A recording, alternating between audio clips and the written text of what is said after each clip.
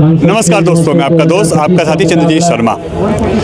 लगातार उत्तर पूर्वी दिल्ली में और कहें तो दिल्ली के हर कोने में क्राइम लगातार बढ़ रहा है और उसमें एक मामला बार बार निकल के आता है कि इसमें जो भी अपराधी हैं वो नाबालिग निकलते हैं।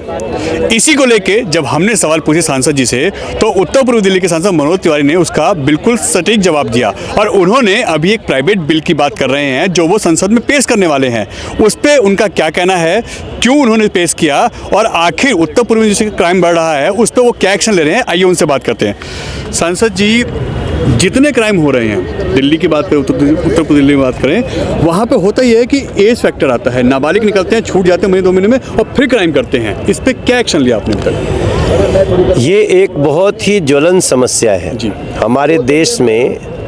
जुवेनाइल अवयस्क जो होते हैं बच्चे, अगर वो कोई अपराध करते हैं तो उनको जुवेनाइल कैटेगरी में रखा जाता है और इसकी एज है 17 साल जी। लेकिन हाल फिलहाल सर्वे में भी ये आया है और हमारी लोकसभा में हम लोगों ने सामने से देखा है कि जितना भी हीनियस क्राइम हुआ है उसमें चाहे गोली मारने वाला या चक्कू मारने वाला लड़का जो अपराधी है, आरोप को अंजाम देने वाला है, अपराध को अंजाम देने वाला है, वो 17 साल से नीचे 16 साल का दिखाया जाता है, होता है। और ऐसे में एक बहस चली कि अगर कोई 16 साल का बच्चा हीनियस क्राइम करता है तो फिर उसे उसी कैटेगरी में रखना चाहिए जो बड़े अपराधी होते हैं और इस एज को 14 साल का मानना चाहिए। अगर 14 साल से ऊपर का बच्चा इस तरह का हीनियस क्राइम करे तो उसके ऊपर पूर्ण अपराधी की धारा ही चलनी चाहिए ताकि इस तरह के नियमों का लाभ लेकर के कुछ लोग संगठित अपराध ना कर सकें।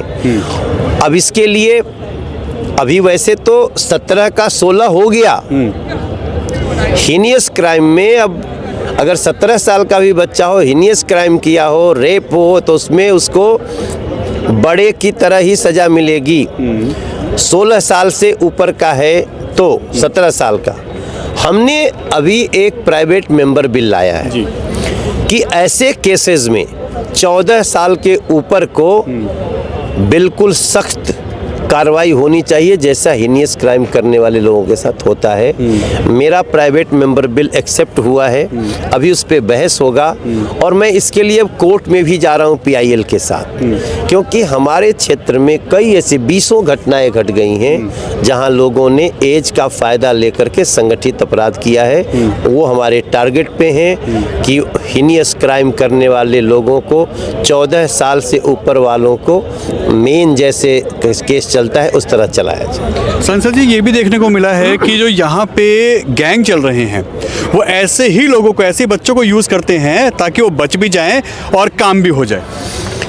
आपको मैं एक जानकारी बता दूं, अभी संगठित अपराध को एक अलग धारे में हम लोगों ने रखा है। जो नई जो कानून बनी है ना, भारतीय न्याय संहिता, उसमें जहां भी योजना के अनुसार क्राइम हुआ, योजना के अनुसार बच्चा कितने साल का होना चाहिए जिसको चक्कू मारने वाला है वो, या जो गोली चलाने वाला है, तो फिर उस केस में इन सभी लोगों को उसी धारा में शामिल करके रख लेना है।